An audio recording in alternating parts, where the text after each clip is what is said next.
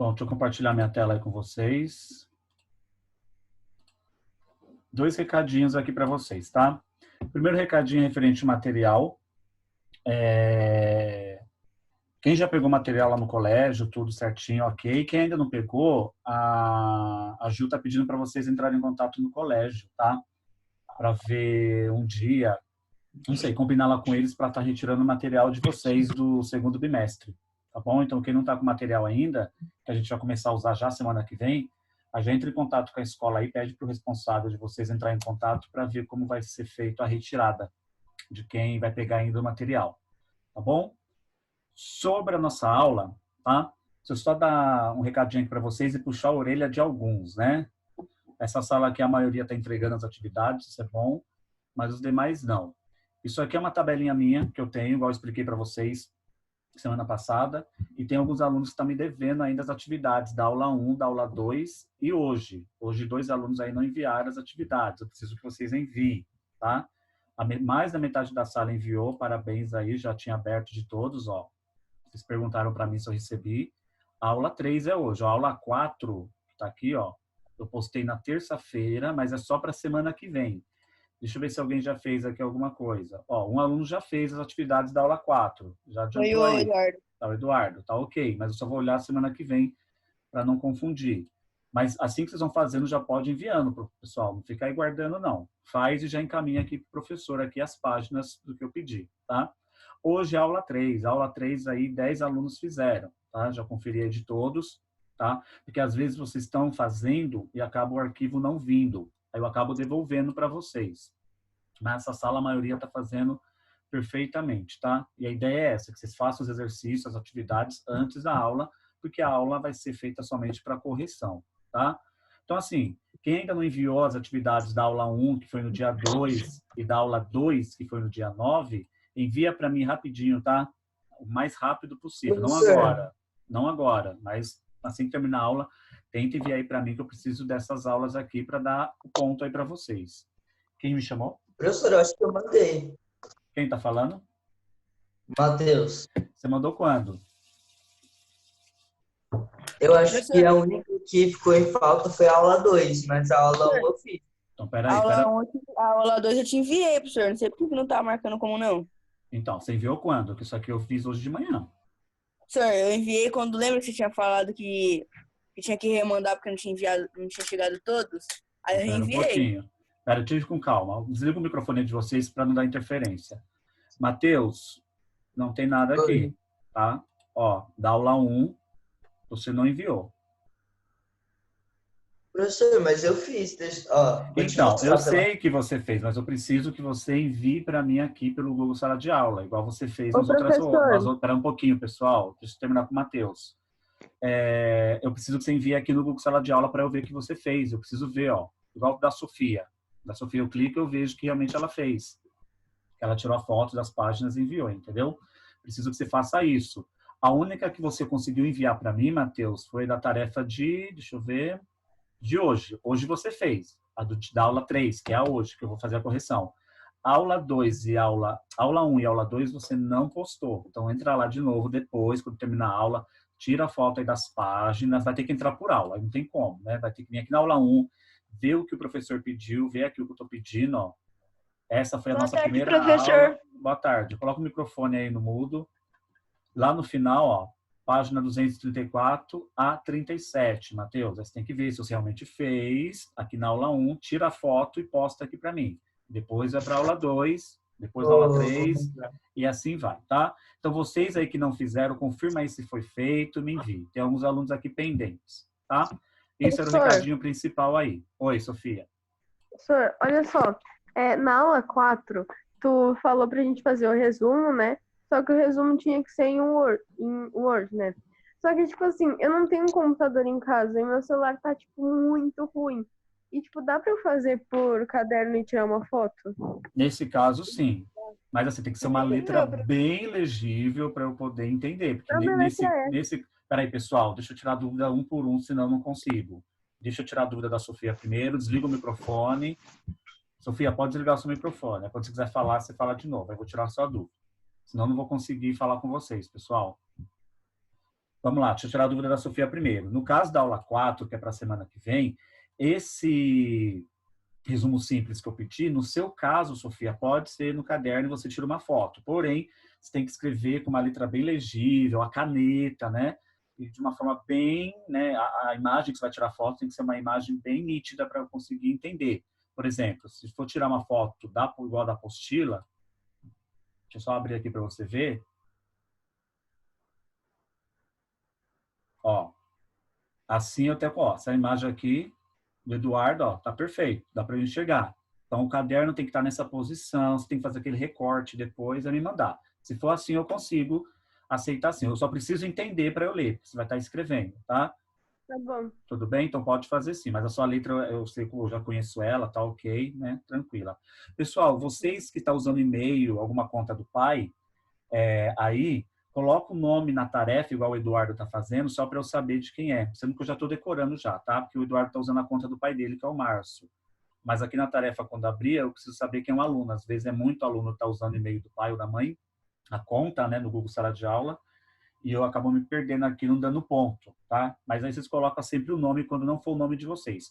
Quando aqui na sala de aula tiver o nome de vocês, igual da Sofia, do Bruno, da Nicole, do Alexandre, enfim, tudo bem. Mas quando tiver o nome do pai e da mãe, vocês colocam o nome aí na apostila, tá?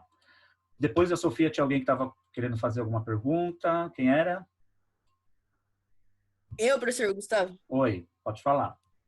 A aula 2, professor, é aquele lá que tinha o questionário, não é? Que vocês respondiam. Então, tinha o questionário. Peraí, deixa eu abrir aqui, vamos ver junto. E tinha outra coisa também, professor. Eu E a posso provar. apostila. Então, o questionário tá ok, eu recebi. Eu só não recebi, ó, falta de alguns alunos a apostila, as páginas 238 a 241. Professor, eu vou reenviar tudo para você. Somente 7 alunos me enviaram a aula 2 da apostila. O questionário, quem fez, já encaminhou, chega para mim automático. O questionário está vinculado no próprio Google Sala de Aula, tá? Então, preciso só das páginas da apostila. Vê se meu questionário chegou. Gente, o questionário chegou. Eu estou só cobrando as páginas da apostila, tá bom? Eu vou te enviar de novo, então, professor, porque ok. eu enviei 2 vezes. Tá bom, tenta de novo. A apostila eu estou precisando, o questionário não. O questionário está tudo ok, eu preciso da apostila. Ok? Bom, beleza. Então vamos lá. A aula de hoje eu vou fazer a correção, mas antes da correção pedir para vocês aí, né, que a gente está falando, entramos no assunto sobre a população brasileira, tá? Tudo sobre a questão da população, por regiões, por cidade, por estado, enfim, de uma forma geral, sobre a população do Brasil. Fiz uns slides aí para vocês semana passada, mandei aí para a turma, tá? Espero que todos tenham conseguido visualizar aí os slides, tá? Com uma videoaula. Temos aqui a população brasileira, que a gente vai iniciar esse tema aí, tá? Coloquei aqui as matrizes do... Sofia, desliga seu microfone. As matrizes do povo brasileiro estão relacionadas por questões históricas. Eu coloquei aqui as principais questões históricas, né, da nossa formação, da nossa população. Então, tem a ver com questões de colonização, tá? Através da colonização dos europeus aqui no nosso país, né? A gente pode ter uma matriz desse povo, né? Até a mistura, né? A miscigenação de vários povos, né? Povos já existentes no continente, no caso, esses povos já existentes no continente são os indígenas, né? Os nativos que já estavam aqui antes dos colonizadores chegarem, no caso, os europeus, tá? E temos aqui uma grande e forte migração de europeus para o Brasil, lá no final do século XIX, né? Para o início do século XX, por causa do café. A Europa está numa crise, né, econômica, não tem emprego, muitos europeus estão desempregados, então muitos vieram para o Brasil por causa de oportunidades de vida, de emprego, né? O Brasil estava fornecendo isso para o mundo de uma certa forma, por causa do café.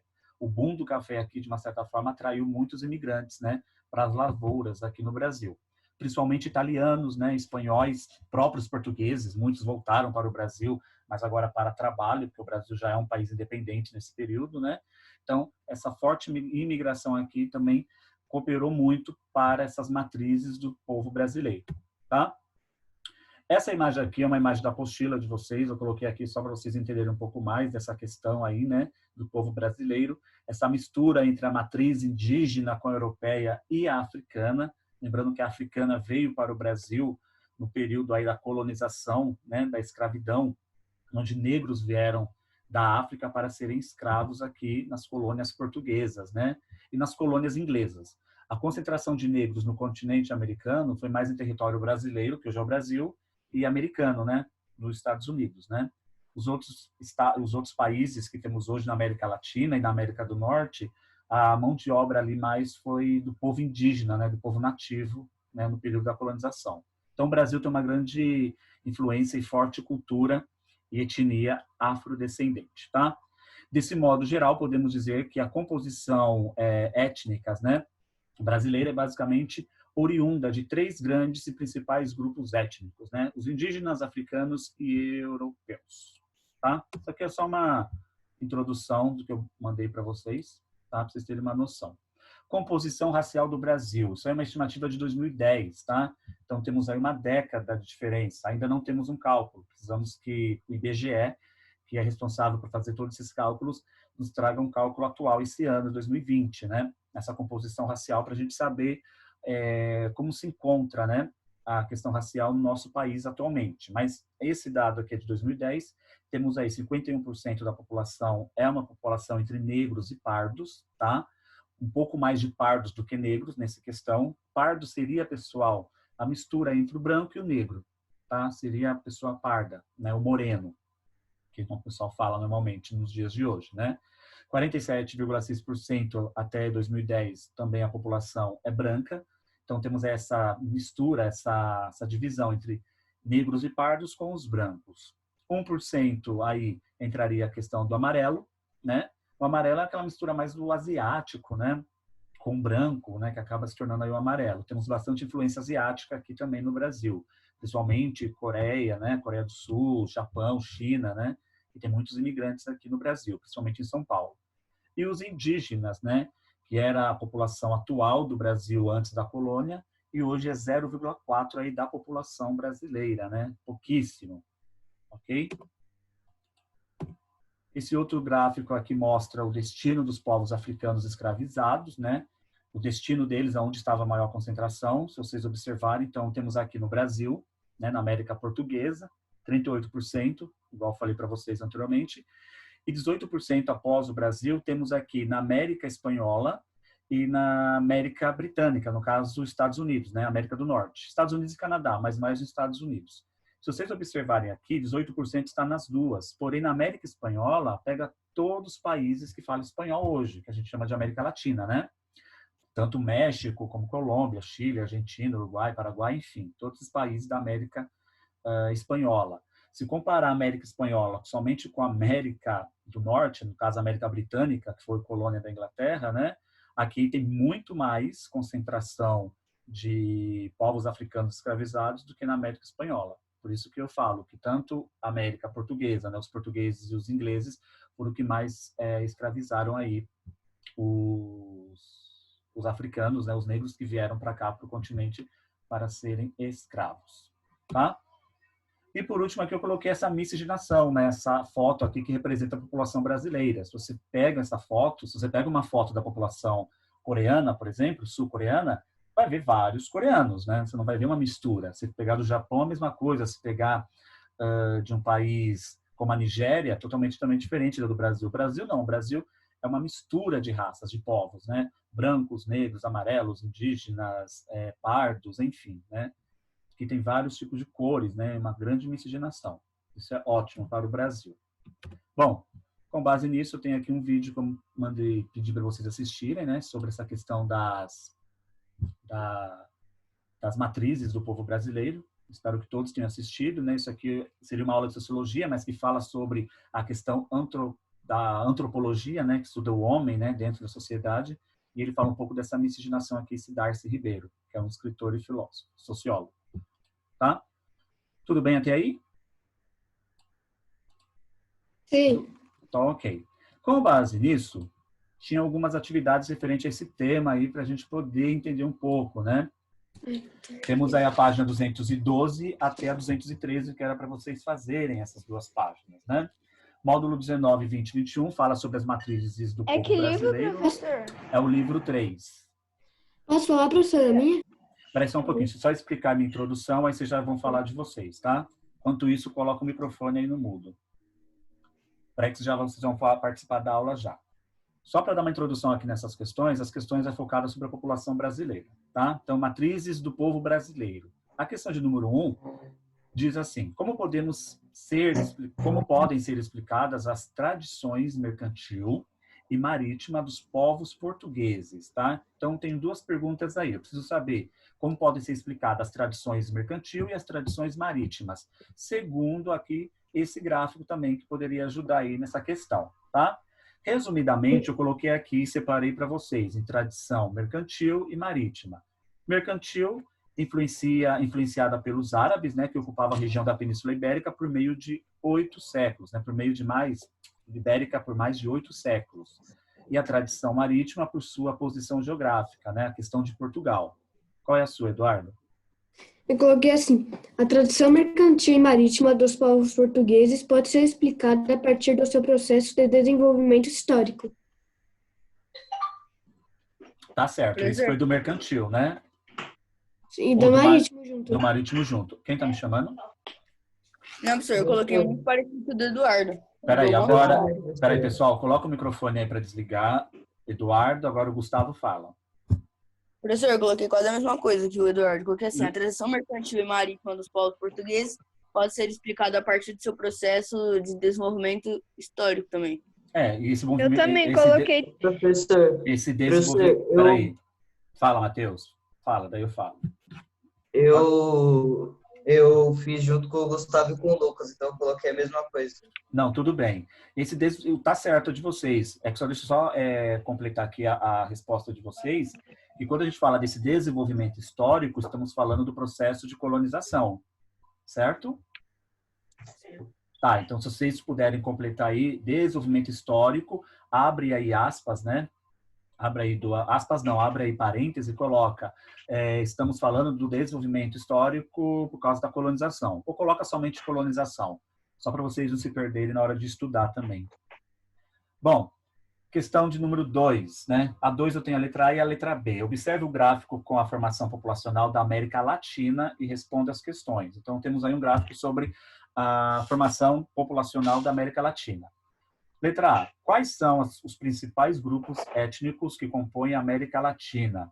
Bom, tá Eu escrito coloquei aí, né? brancos e mestiços. Isso, os brancos são um grupo étnico predominante. Então, o branco está dominando ali, com 36%, né? Isso se dá pelo processo de colonização dos europeus, para só um pouquinho, no continente. Essa resposta, vocês poderiam ter falado de várias formas. Como eu tenho que colocar uma resposta aqui, eu coloquei a resposta, né, que eu, professor, analisei de cara e já coloquei a resposta. Mas quem colocou? Os brancos é o grupo que mais predomina. Ok. Porém, temos também os mestiços e os mulatos, que também tem uma grande porcentagem aí. Quem colocou nesse sentido está correto. Oi, pessoal, espera só um pouquinho. Faz assim, ó. Coloca o microfone de vocês tudo no mudo e só quem quiser falar, tira rapidinho e me chama, espera eu dar a oportunidade, aí volta, colocar o microfone, tira do mudo para falar comigo, senão dá muito interferência aqui. Toda vez que vocês forem falar comigo, vocês colocam o microfone no mudo depois, tá? Pode falar, Gustavo. Professor, eu coloquei índios, brancos e negros. Não entendi. Na letra A, né? Não, tá certo. Posso falar a minha, professor? Pode. Eu coloquei assim, ó. Os brancos e os mestiços, que são grupos étnicos predominantes da população latino-americana. Perfeito, tá correto. A sua tá bem completinha. É que eu fui por uma direção somente os brancos, que predomina. Mas tinha várias outras, né? Pode colocar no mudo. O Eduardo, mais alguém quer falar? Alexandre tinha levantado a mão, se eu não me engano. Acho que não, né? Alexandre, tá aí? Eu tô aqui, não levantei não. Então tá. Eu achei que você tinha... você levantou a mão então, sem querer. Bom, coloca aí no mudo. Letra B. Tá? Quem colocou algo totalmente diferente, pessoal, por favor, corrija aí depois. Eu vou mandar essa correção daqui a pouco aí dentro da aula 3, tá? B. O que demonstram as porcentagens da população mestiça, mulata e ameríndia nessa região, tá? Qual é a porcentagem, né? O que esse gráfico demonstra aí nas porcentagens desses 3 grupos étnicos? Eu coloquei assim... 9%, Só um pouquinho. 9% e 21%. Posso falar? Espera só um Eu pouquinho. coloquei assim, como populações mestiças e mulatas e americanas produzem populações miscigenadas, resultando a mistura entre étnias juntas. Professor, posso Tá falar? certo. Pode falar. Eu Bruna, a vou sua tá aqui. certa. Obrigada. Como populações mestiças, mulatas, miscigenadas, produzem populações miscigenadas, resultado da mistura entre etnias juntas, elas representam quase 70% de toda a população latino-americana. Perfeito. Tá? Eu Posso- coloquei igual a de vocês. Espera aí, quem tá falando? Nada. De todos vocês aí que falaram essa questão, é igual a minha, mas com outras palavras, mas tem aí dá o mesmo sentido, né? Eu coloquei assim, constituem populações miscigenadas, essa mistura, miscigenação é uma mistura de povos, né, de raças, resultado da mistura entre étnias, né, etnias. Juntas, elas representam quase 70% de toda a população latino-americana. Quem falou aí por último 70%, está corretíssimo também. Quem não falou 70% não é que não está correta, mas se vocês pegarem aqui a população mestiça e brancos, juntas, essas duas aqui, eles dão uma 70, quase 70%, né? Da mistura aí da população latino-americana. Então, se a gente for perguntar, de uma certa forma, a América Latina é uma América que tem mais a cor mais para o branco do que para o negro. Porque se pegar aí o branco e os mestiços, que somam 70%, juntando os dois, eles dão uma cor um pouco mais clara do que o negro. Então, a população da América Latina está mais para a cor branca do que o negro, tá? Por causa dessa mistura aí de raças, tá? De povos. Ok? Sim. Então, tá bom. Outra questão. Opa. Posso falar a minha agora? Quem está falando? Eduardo. Mais da letra B? Da 3? A três. Fala, pode falar. Os quilombos no passado Não, constituíram-se peraí locais... um pouquinho. Você quer falar a B da 3?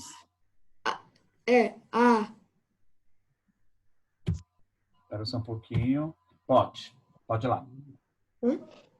Com base no trecho apresentado aí acima, um texto que fala sobre a questão dos quilombos, enfim, né? O que são quilombos, Eduardo? Os quilombos no passado constituíram-se em locais de refúgios africanos e afrodescendentes em todo o continente americano. E os quilombos não eram exclusividades brasileiras. Em praticamente todos os países da América que utilizavam mão de obra escravizada, eles estavam presentes. Nossa, você fez a lição de casa, a pesquisa inteira, né? Realmente, parabéns. Professor, A sua tá bem detalhada. Espera só um pouquinho, deixa eu falar aí a questão do Eduardo. Aí vocês já falam aí. Essa questão, você fez a lição de casa realmente, porque eu só resumi basicamente aqui, focando mais o trecho acima, que você foi além, né? A minha resposta aqui foi focando com base no trecho do texto aqui acima, né? Coloquei assim, eram organizações criadas a partir da fuga das populações escravizadas. Então, assim, os escravos, né, não somente os negros, mas até indígenas, né? E pessoas brancas também, que acabavam sendo escravizadas, que era contra o sistema de colonização, eles acabavam se unindo aí em comunidades que eram chamadas de quilombos, né? Que eram protegidos aí por líderes, né? Afrodescendentes, né? Negros, né? O mais conhecido era o Zumbi dos Palmares, né? O mais conhecido. Porém, gente, o Eduardo, por isso que eu estou focando aqui essa questão, ele trouxe uma questão a mais, né? Que os quilombos não eram somente uma comunidade para refugiados, né? Pessoas fugidas aí da escravidão específica do Brasil. Então, todos os países que tinham esse processo de escravidão, existiam esses quilombos, né? Então, quilombos nada mais do que uma organização, uma comunidade onde pessoas pediam refúgio, ajuda contra o processo, o sistema de escravidão, tá? O Eduardo está bem completa, mas quem colocou algo que dá o mesmo sentido aqui na minha, o que são quilombos? Quem ia falar aí? O Bruno, o Gustavo? Professor, eu tinha colocado aqui agora comunidade de escravos fugidos da fazenda. Fazenda, a maioria era fazenda, né? Eles trabalhavam em grandes fazendas, lavouras, né? Tá certo também. Bruno, você queria falar? Nicole, não sei se a Nicole tinha me chamado. eu ia falar que era lugares onde os escravos se escondiam para despertar os chefes. Sim, entre aspas. sim. Alguém mais? Posso ir para B? Nicole, você fez a B? Não, sim, mas eu posso falar? Fala A, depois você fala B. Que você queria falar, eu acabei não Acabei Não, me perdendo aí. Pode falar. e onde os escravos se refugiavam após sair de uma fuga. Tipo, eles saíam e iam para essas casas enormes. Sim. Na verdade, não eram casas, né? Eram no meio das florestas, né? De várias florestas aí no interior do Brasil e do mundo, né? Mas vamos focar aqui o Brasil, segundo o texto, e é onde eles se refugiavam aí. Eles faziam...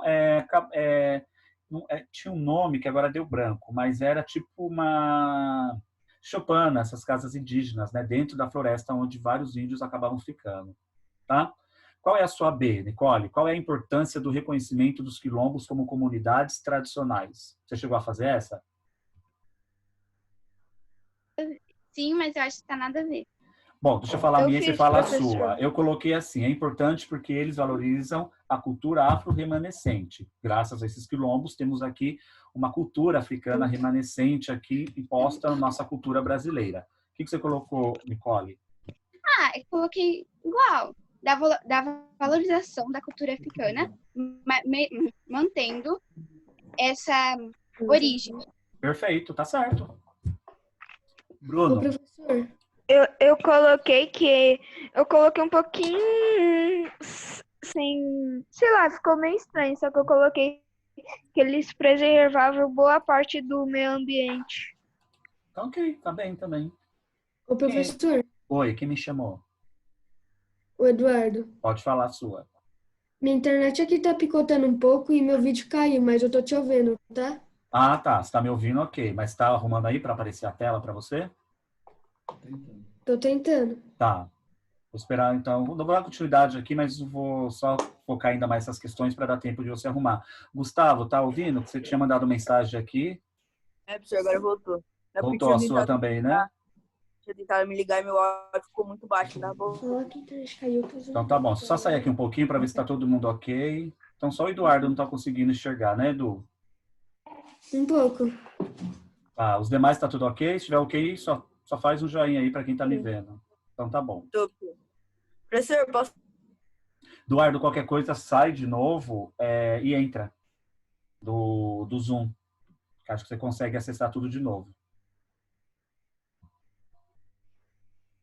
Professor, Tá? eu posso falar B? Enquanto isso, vai falando sua B. Deixa eu só compartilhar de novo a tela. Qual é a sua B? Eu coloquei assim, professor. Porque são documentos históricos vivos e seus membros possuem costumes. Posso Sim. falar o meu, professor? Pode. Agora conseguiu? A organização... Não dá, não tô conseguindo. Tá, então vai falando a sua e eu vou tentando te auxiliar aí com a minha imagem. Mas pode falar a sua. A organização social dos quilombos apresentava um sistema muito parecido com a organização das comunidades africanas. Sim. Tá ok. Essas respostas, com base no texto aí, é sempre com as palavras de vocês, mas com base no texto, sempre, né? Do conhecimento de vocês. Às vezes não vai estar Meu escrito vídeo mal. voltou, professor? Seu vídeo eu tô te vendo. Ah, tá. Agora você tá vendo tudo aqui? Tô. Ah, então tá.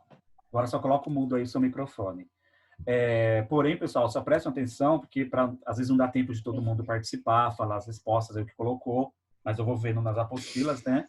Mas as respostas de vocês são respostas pessoais com base sempre nas informações que estão nas questões. Nunca vai estar igualzinha, é muito difícil estar bem igual, mas sempre tem que dar o mesmo sentido, tá? Então, todos vocês que falaram aí da B sobre as comunidades tradicionais, está ok, tá? Aí vamos aí agora para a questão 4. A questão 4 é uma alternativa, né? Que diz o seguinte: sobre a origem dos povos africanos escravizados trazidos para o Brasil, assinale a alternativa correta. A alternativa correta da 4 é a C.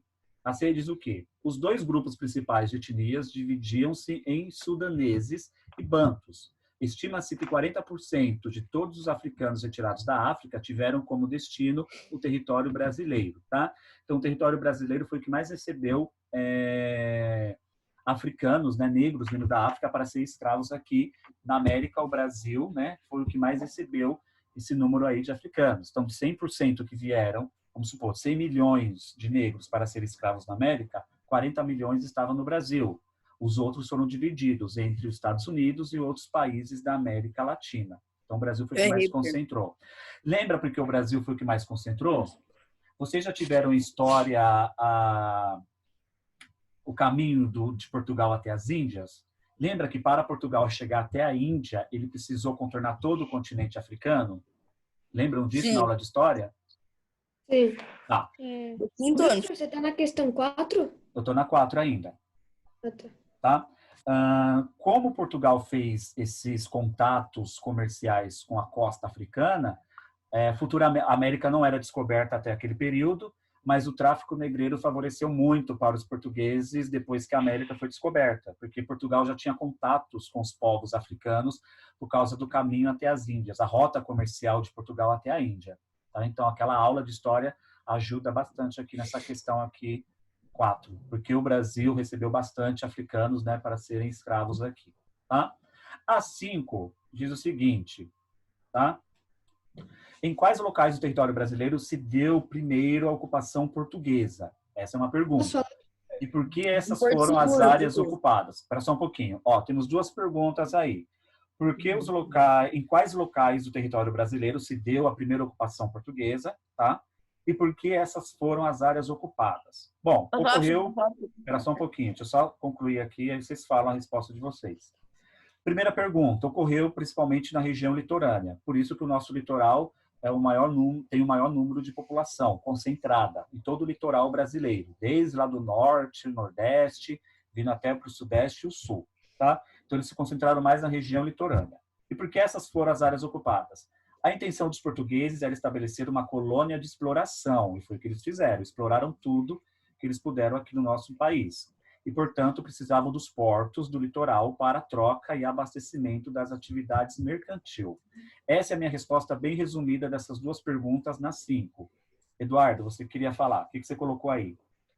A utilização de terras desde o início da ocupação do território pelos portugueses se fez um benefício de uma minoria e ocorreu principalmente na região litorânea. Tá, perfeito. Gustavo, que queria falar também. Eu coloquei assim, que o local foi em Porto Seguro, porque está perto da costa. Porto Seguro foi a primeira cidade que eles chegaram. Mas litorânea, tá? Faz o mesmo sentido. Porque Porto Seguro é uma região litorânea. Quem mais? Bruno, Nicole, Rafael, alguém quer falar? Professor, eu coloquei, só que não ficou tão completo. Eu coloquei só, ocorreu principalmente na região litorânea, que nem tá o seu. E por que essas áreas foram ocupadas? Aí você pode completar com essa resposta aqui do professor, tá bom? Vou tirar Gente, print. Não, eu vou mandar para vocês. Já vou mandar essa Tá. correção, tá? Eu sempre mando lá para vocês terem acesso. Gente, e as outras questões, tá? Opa, que é a questão 6, também é um texto, tá? Que tem um trecho aí de um texto. Era para vocês responderem 2 questões, A e a B. Letra A. Desliga o som aí, o microfone. A. Por que as populações indígenas não demarcavam claramente seus limites territoriais? Porque os povos indígenas não tinham uma demarcação territorial. Gente, era simples. As comunidades indígenas desconheciam a noção de propriedade. Como eles eram nômades, eles não tinham noção de localização, praticamente, né? Na época da colonização, 500 anos atrás, né? Esse povo indígena, né, se fundamentaram no sistema comunitário. Assim, para esse povo não havia limites territoriais. Então, eles eram bem tranquilos, os indígenas, né? Então, como eles eram nômades, não tinham lugares fixos, como uma grande civilização, então eles não tinham noção do tamanho do Brasil, do continente, da América, enfim, eles não tinham noção nenhuma territorial. Os europeus, sim, os europeus já vieram, né, com um grande desenvolvimento. Eles tinham as bússolas, os mapas, né, que eles começaram a criar. A América já entrou nos futuros mapas deles, né, por causa da colonização, enfim. Essa seria a resposta mais adequada. Alguém colocou algo diferente ou algo Posso que dá falar? o mesmo sentido? Não. Pode Eu coloquei falar. assim, olha. As populações indígenas, em sua maioria, possuíam características nômades, transferindo-se a um lugar para o outro. Por isso que eles não tinham, tipo, uma definição. Certinho. Dá o mesmo sentido que a minha. Tá? Você até colocou a questão do nômade aí, que eles não tinham lugares fixos. Tá? Gente, para dar tempo, deixa eu falar já a B, senão eu não vou conseguir enviar para vocês aqui, tá? A B, que é a última questão, referente a esse trecho do texto também, diz o seguinte: que tipo de consequências esses deslocamentos traziam para a sua organização do povo indígena, né? Eu coloquei assim: essas constantes movimentações territoriais, porque eles eram nômades, né? Fizeram com que os indígenas se espalhassem por praticamente todo o território brasileiro, sendo encontrados do interior. Então, os indígenas foram encontrados em quase todo o território brasileiro, né? Tanto na parte litorânea, como na parte central, né, que a gente conhece hoje como centro-oeste, como na parte norte, na região da Amazônia, né, por causa da floresta, enfim, tá? Então, como eles não tinham noção dessa questão de território, né, de limite territorial, eles se concentravam em vários lugares, por eles serem nômades também. A B é uma consequência da questão aí da A, uma continuação, mas como consequência. Tá bom? Dúvidas? Não. Essa questão aqui, pessoal, ó, eu estou enviando agora aqui na aula 3, tá? Para quem quiser completar as atividades ou para quem errou alguma, vou enviar o arquivo aqui da correção, como eu sempre faço. Então, vocês têm acesso aí dentro da sala de aula de vocês aí da aula 3. Enquanto eu vou carregando aqui a aula 3, vocês que ainda não enviou as atividades, igual eu já falei, só reforçando, por favor, me envie até hoje, tá? Aula 4, pessoal, eu vou entrar um dia antes para ver, um dia antes não, umas horas antes para ver se todos enviaram. Quem não estiver enviando as atividades, eu vou passar para a direção. Vocês precisam me enviar as atividades da aula 4, que é semana que vem. Alguns já me enviaram aí. Oi. Eu só não fiz essa daqui, ó. Calma aí. Minha câmera virou? Não, calma. Bruno, você está falando do quê? Da eu aula só 4? Não fiz. Sim. Tá, mas eu só não fiz essas daqui, tá?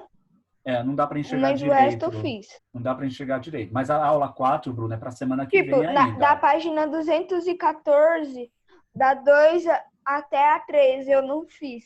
Porque tá falando que tem que fazer uns negócios aqui. Esse negócio. Ou é para fazer?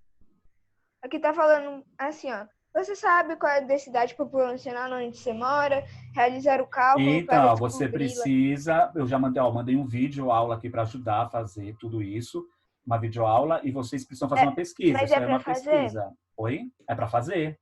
É para fazer. Tá. Vai ter que entrar no site, ver a densidade demográfica de São Paulo, que é a cidade que você mora, né? Tudo isso. É uma pesquisa. O prazo é para hoje, né? Não, a aula 4 vocês têm que me entregar até o dia 22, quarta-feira que vem. Então, vocês têm uma semana inteira para fazer. Aula 4, tá? A aula 3 já era para ter me enviado. Então, a aula 3 está aqui. Então, quem não me enviou, me envie, tá? Tem um aluno aqui que acabou de enviar. Eu não sei se eu te enviei, professor. Então, gente, vocês precisam ter um controle. Porque se eu for entrar aula por aula para ver quem foi que enviou quem não foi, tá? O que eu tenho aqui agora é isso aqui, ó. Bruno, cadê o Bruno? Bruno só me entregou a aula de hoje. A aula 1 e a aula 2 você não me enviou nenhuma aula ainda. Tá. Então, você eu posso precisa enviar tudo na quarta? Não, é a